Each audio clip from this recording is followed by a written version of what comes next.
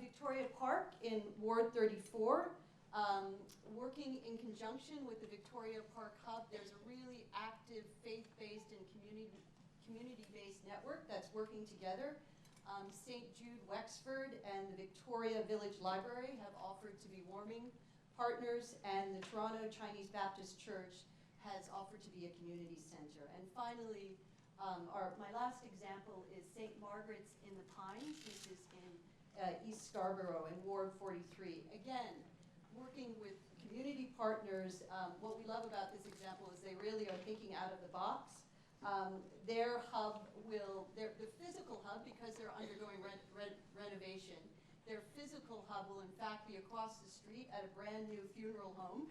And that funeral home has offered shelter and feeding for over 100 people. So these are neighborhood-based projects, people coming together to create more resilient neighborhoods. And we would like to see the city invest much more in handing resilience over to neighborhoods. Thank you. Thanks, Lucy. So I'm just going to repeat the question because I know we had some interruptions maybe when I was speaking last time. So the question we're asking all of our speakers this round is, when you imagine the year 2050, what is the one idea that you think has the most potential to increase Toronto's resilience to extreme weather? And I'm just going to ask our speakers to try and hold the microphone really close to their mouths so we can get the speakers in action. If they use the far mic, we may have better luck. Okay. Do you want to just give it a try, Shauna? Speak in and see if it... Can people hear me? Yeah, I think it's working. Great. So over to me now. So my big idea for transforming Toronto is 이게 가능한 is a regional resilience strategy across the Greater Toronto and Hamilton area. And this regional resilience strategy would encompass collective action, collective and coordinated action on critical regional infrastructure and systems, excuse me, across jurisdictions, across sectors, and across scales, from the neighborhood to the regional. And we think that one of the first starts with this regional strategy is as it relates to water infrastructure. And at the Brickworks, where I work from, we've had 3 catastrophic floods in a period of 18 months. And so we know firsthand the challenges of extreme weather and the need for resiliency and the desire for the wet weather action plan from the city, because we've experienced having to clean up the combined sewer overflow. So it's an area of critical need, but it doesn't stop at the borders of the Don River or the borders of Toronto. These issues transcend our regional boundaries and our city and our municipal boundaries. We have a province that's making bold pronouncements about fighting climate change, and we're grateful for that. We also need bold action, and happily, we have municipalities and industries that are advancing climate change adaptation and mitigation plans, but there lacks a coordinated approach to these actions.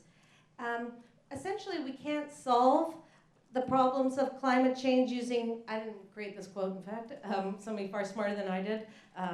We can't solve problems using the same thinking that created them in the first place.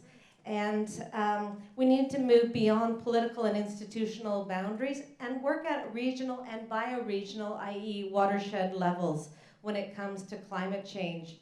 We've been looking at regional precedents across the world where municipal governments have been banding together with provincial levels of government and sectors and neighborhood groups and faith groups, like the one Lucy was speaking to, and to achieve greater results. So we've been looking at Florida and San Francisco and Chicago and New York and London. And across these regions, people are working together to create shared data sets, to co-fundraise, to raise their collective voice, to create action, and it's working. And so we've been looking at what are some of the key principles that are helping create success when it comes to regional resiliency. And it's a change in behavior as much as anything. It's looking at a focus on preparedness rather than on post-disaster management. It's creating shared goals and objectives. it's sharing diverse perspectives, it's creating processes and systems that allow for redundancy that's key to resiliency. So I think what I'm really proposing here is how can we work together across political and geographic boundaries to create shared solutions. Thanks, Shauna.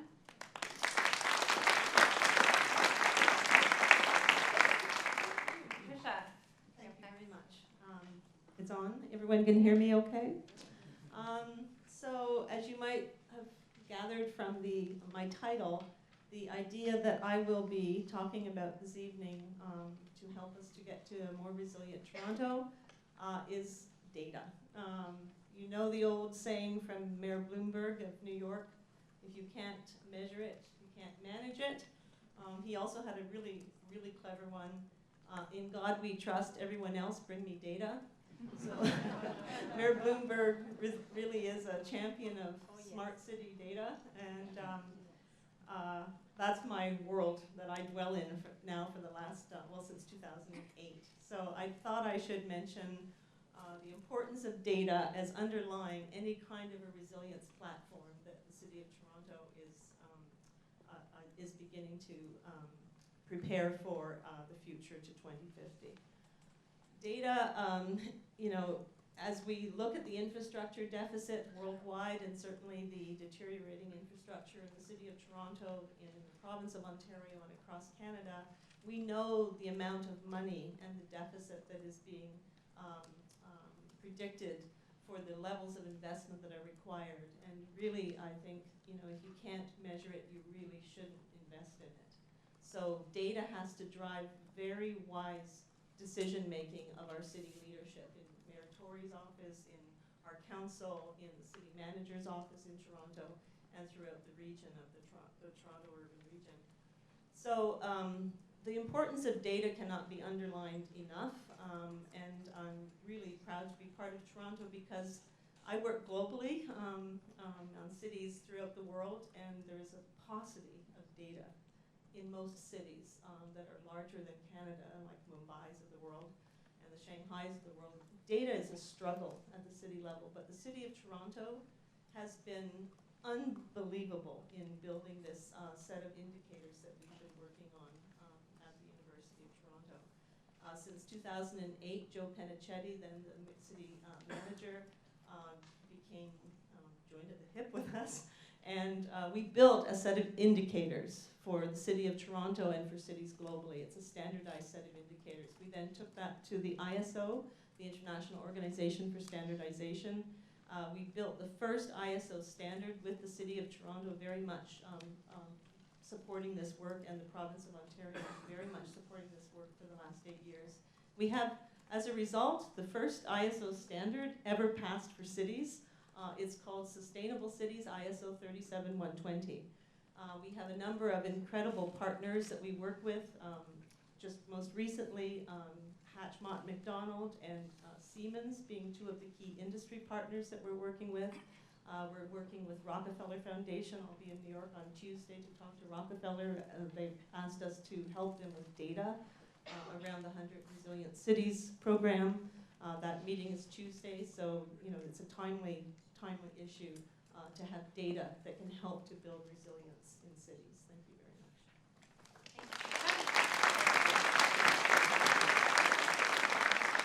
Finally, Grant. Great, thank you very much, Robin. Thank you, everybody. Good evening. So I guess my starting point in this is I looked through the workbook, and the chart on page 4 is where I really started my thinking. When I look at the chart, 23% of respondents considered improved infrastructure has the most potential to increase resilience to extreme weather. Now, I think we all probably have a little different version of what that is, but in the general sense, there's probably thinking about sewer and water connections, the hydro grid, transit, roads, whatever it happens to be. I think Jim brought up an important point at the start, that we can't build a wall around ourselves. This is really a conversation about our ability to withstand what is going to become the new normal as far as weather goes, and also some very extreme conditions. So we live in a region, the Greater Toronto Hamilton area, a region that's projected to be home to, I think it's close to 9 million people by 2031. We are, in Toronto, one of the top 10 financial centers in the world consistently, number 3 in North America. when you look at our major North American competitors, New York, Boston, they're both on the eastern seaboard. Not that many years ago, remember the pictures of devastation from Hurricane Sandy. Recently, as I was looking and getting ready for this, I saw a slide deck from the Boston Harbor Commission, and they were saying that Logan Airport, at the current rate of travel, is going to be flooded on a regular basis by 2030. So don't fly to Boston. My point is, we have some natural geographic advantages, which is a great thing. Another report I looked at was the C40 Cities report called Protecting Our Capital. And what I took away from that report was this, and I think these are two important things. I think there's a very broad agreement between cities and business about climate change risks that are being faced. Like, nobody has their head in the sand about this. And the second thing is that cities and businesses together realize that the security of business continuity is critical to everybody's long-term success. So one of the things we did this year, just as I think about this a bit, is our organization did what we call the Workday Population Survey. We represent the 15 square blocks basically directly around King and Bay. And one of the things in that survey that we found is that roughly 36% of the people that come into our financial center every day, roughly 200,000 people, live in the 905. So I think to echo what's been said already, really I think part of our conversation here has to be, as we move forward, is that infrastructure resilience is a regional conversation. Extreme weather doesn't recognize municipal boundaries.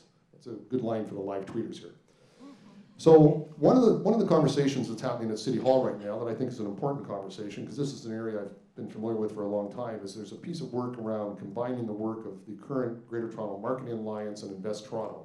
So really developing greater capacity in terms of how we take ourselves out to the world in representing Toronto and the region in a less fragmented version than we had before.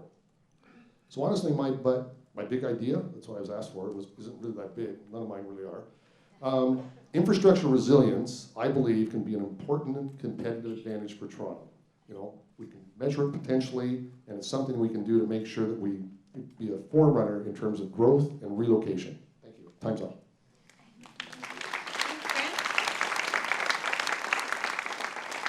So we're now going to move into focus questions for each of our panelists. So we're going to be asking them unique questions each that have to do with their work and their work that they do and why they're here.